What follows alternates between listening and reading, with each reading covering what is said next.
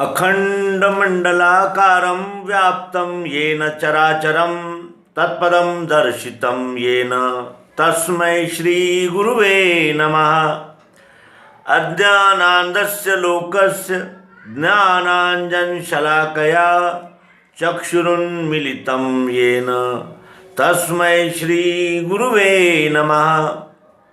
अध्यात्म विश्व विज्ञान यूट्यूब चैनल पर उपस्थित सभी भाई बहनों का हार्दिक स्वागत समादर करते हैं।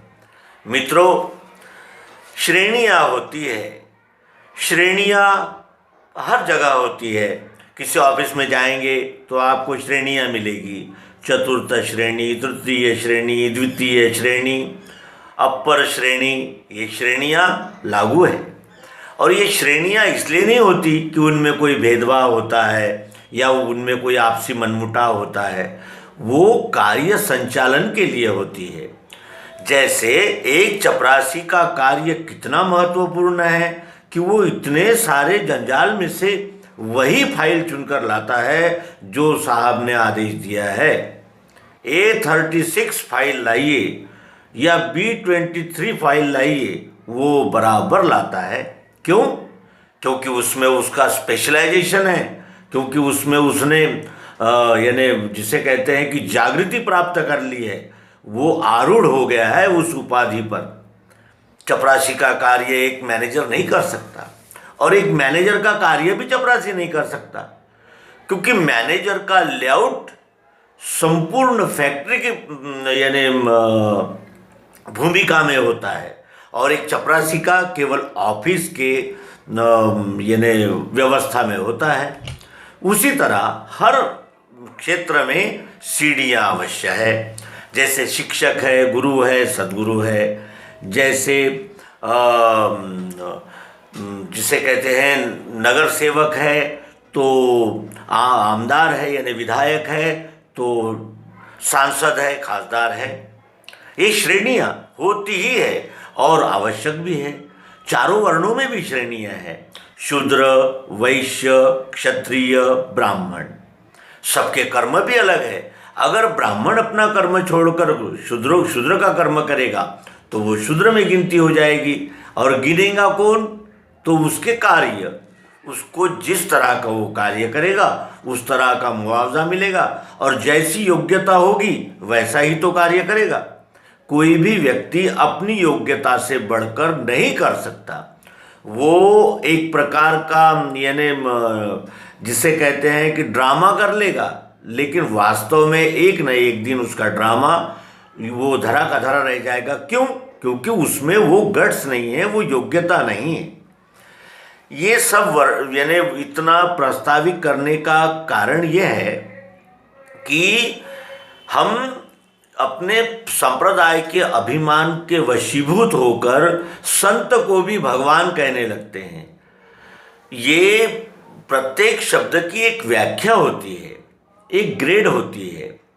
जैसे अवतार किसे कहते हैं और भगवान किसे कहते हैं, संत किसे कहते हैं, ऋषि किसे कहते हैं, मुनि कौन होता है और ब्रह्मर्षि कौन होता है, ये उसके ग्रेड्स है। उसके कार्य के अनुसार उनको उपाधियां दी जाती है। जैसे विधायक का कार्य सांसद नहीं कर सकता, उसी तरह सांसद का कार्य भी एक राष्ट्रपति नहीं कर सकता, क्योंकि सबकी अपनी अपनी मर्यादाएं हैं, सबकी अपनी अपनी योग्यताएं हैं। इसी दिशा में अगर विचार करें तो आध्यात्मिक उन्नति में भी ग्रेड्स है, सीढ़ियाँ है।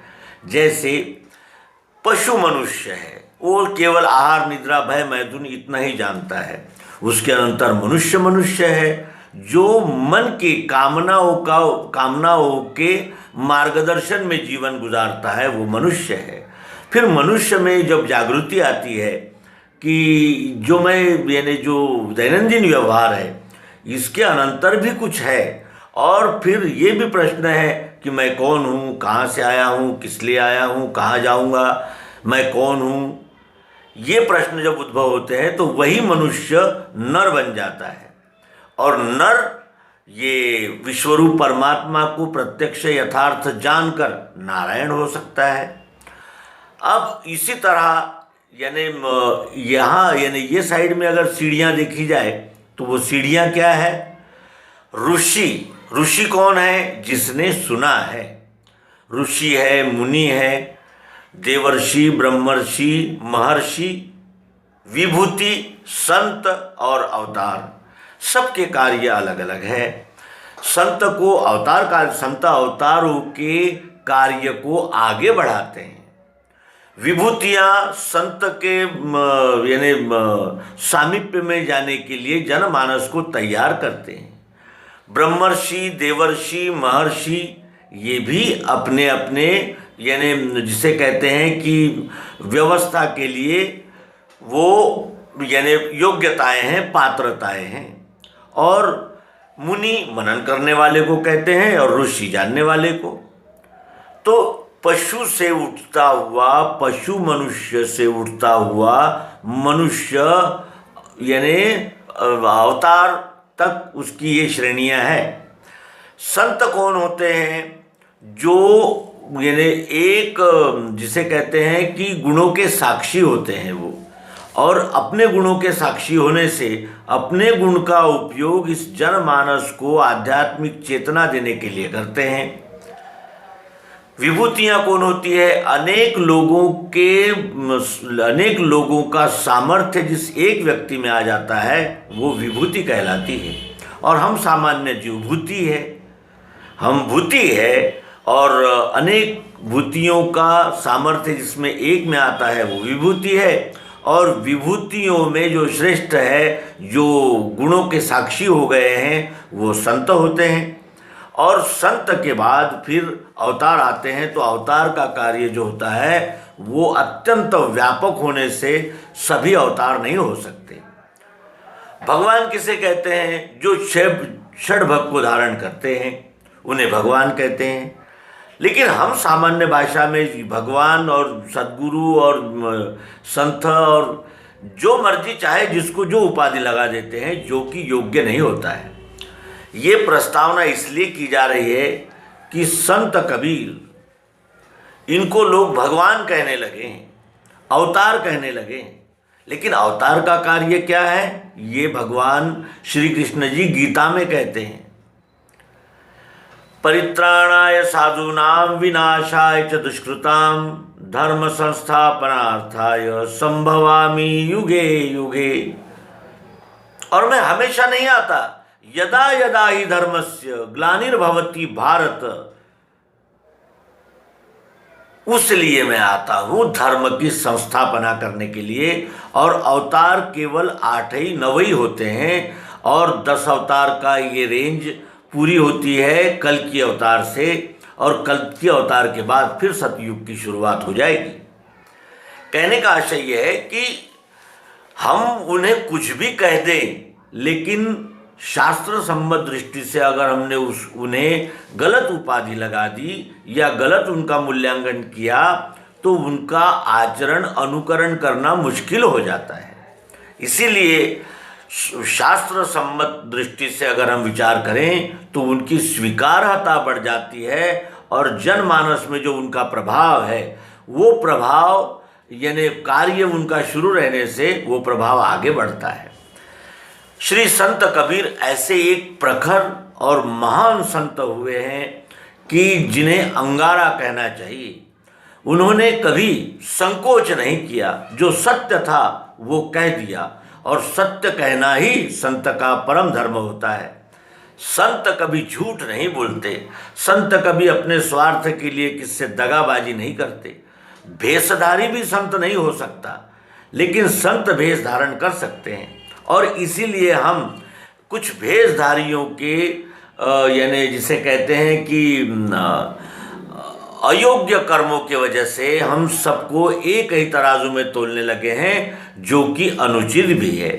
तो आइए आज इस अंक में श्री संत कबीर इनकी एक प्रखर रचना प्रस्तुत करते हैं। रचना का शीर्षक है संतो देखत जग बौराना। संतो देखत जग बौराना। साच कहो तो मार न धावे, झूठे जगपतियाना, संतो देखत जग बौराना, संतो देखत जग बौराना। साच कहो तो मार न धावे, झूठे जगपतियाना, संतो देखत जग बौराना, संतो देखत जग बौराना।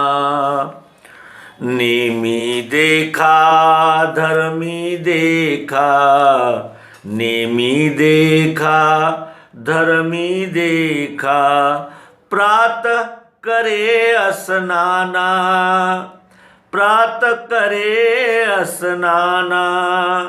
आत्म मारी पखा नहीं पूजे, आत्म मारी पखा नहीं पूजे, उनमें कछु नहीं ज्ञाना, उनमें कछु नहीं ज्ञाना। संतो देखत जग बौराना, संतो देखत आत्म मारी पखा नहीं पूजे, उनमें कछु नहीं ज्ञाना। संतो देखत जग बौराना, संतो देखत जग बौराना। बहुतक देखा पीर औलिया, बहुतक देखा पीर औलिया, पढ़े किताब कुराना। कै मुरीद तदवीर बतावे, कै मुरीद तदवीर बतावे, उनमें उहे जो ज्ञाना। संतो देखत जग बौराना, संतो देखत जग बौराना। आसन मारी डिंब धर बैठे, आसन मारी डिंब धर बैठे, मन में बहुत गुमाना। ओ मन में बहुत गुमाना। पीतर पाथर पूजन लागे, पीतर पाथर पूजन लागे, तीरथ गर्भ भुलाना, तीरथ गर्भ भुलाना। संतो देखत जग बौराना, संतो देखत जग बौराना। टोपी पहिरे माला पहिरे, टोपी पहिरे माला पहिरे, छाप तिलक अनुमाना, छाप तिलक अनुमाना। साखी शब्द ही गावत भूले, साखी शब्द ही गावत भूले, आत्म खबरी न जाना, आत्म खबरी न जाना। संतो देखत जग बौराना, संतो देखत जग बौराना। हिंदू कहे मोही राम प्यारा, हिंदू कहे मोही राम प्यारा, तुर्क कहे रहमाना, तुर्क कहे रहीमाना। आपस में दो लड़ी मुए, आपस में दो लड़ी मुए, मरमन काहू जाना। संतो देखत जग बौराना, संतो देखत जग बौराना। घर घर मंत्र देत फिरत है, घर घर मंत्र देत फिरत है, महिमा के अभिमाना, महिमा के अभिमाना। गुरु के सहित सिख सब डूबुड़े, गुरु के सहित शिष्य सब बूढ़े, अंत काल पछताना हो, अंत काल पछताना। संतो देखत जग बौराना, संतो देखत जग बौराना। कहे कबीर सुनो हो संतो, कहे कबीर सुनो हो संतो, ई सब गर्भ भुलाना, ई सब गर्भ भुलाना। केतिक कहो कहाँ नहीं माने, केतिक कहो कहाँ नहीं माने, सहजे सहज समाना हो, सहजे सहज समाना। संतो देखत जग बौराना, संतो देखत जग बौराना। इस तरह हमने श्री संत कबीर, एक प्रखर संत की वाणी सुनी, अवलोकन की, और उसमें जो उन्होंने यानी जिसे कहते हैं कि कटाक्ष किए हैं, मैंने एक प्रकार का मैंने वार किया है, एक प्रकार का यानी जिसे टारगेट किया है, लक्ष्य किया है, उन लक्ष्य की ओर हम विशेष ध्यान देंगे। और संत कबीर इस मालिका का ये पहला अंक है। दूसरे अंक में हम संत कबीर और अध्यात्म विज्ञान इस विषय पर बातचीत करेंगे। नर्मदे हर, सद्गुरु भगवान की जय।